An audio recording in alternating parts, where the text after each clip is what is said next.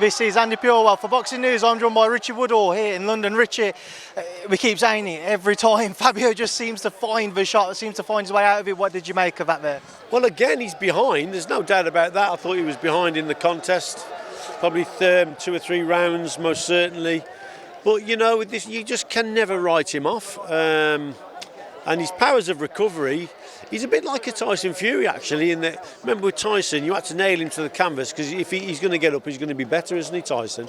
And I think he's very similar. He gets hit hard and he comes back stronger, so he's a special talent, he is.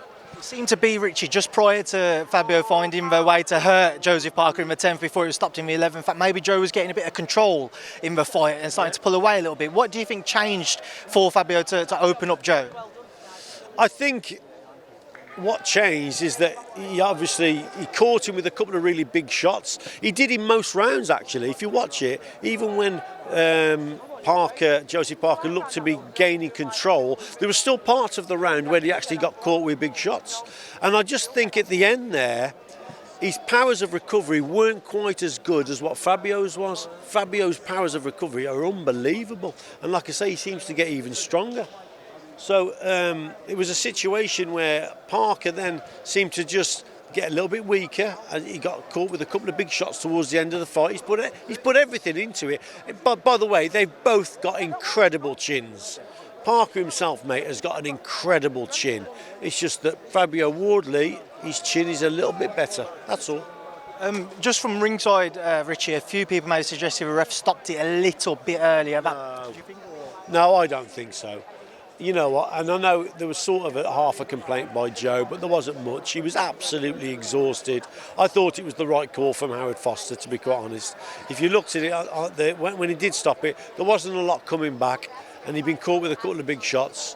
I know these guys are tough and they've got good chins, but I think that was the right call myself. Richie, for anybody who fights Alexander Usyk, it's a very, very difficult task. Yeah. How much of a chance would you give Fabio Wardley if he was to secure a fight with that great Ukrainian next? It's heavyweight boxing. You've got to give him a chance. You'd expect Usyk, you know, to win most of the rounds and outbox Fabio, and I think Fabio would probably admit that himself. But with him, he's got this self-belief. He's incredibly fit. He's got an incredible chin. And you've got to give him a shout because the kid can bang. So you've got to give him I mean, listen, Usyk, I think most people would say Usyk would be the favourite. But you can't rule when you fight like that, because what we've witnessed tonight, you don't see many fights like that.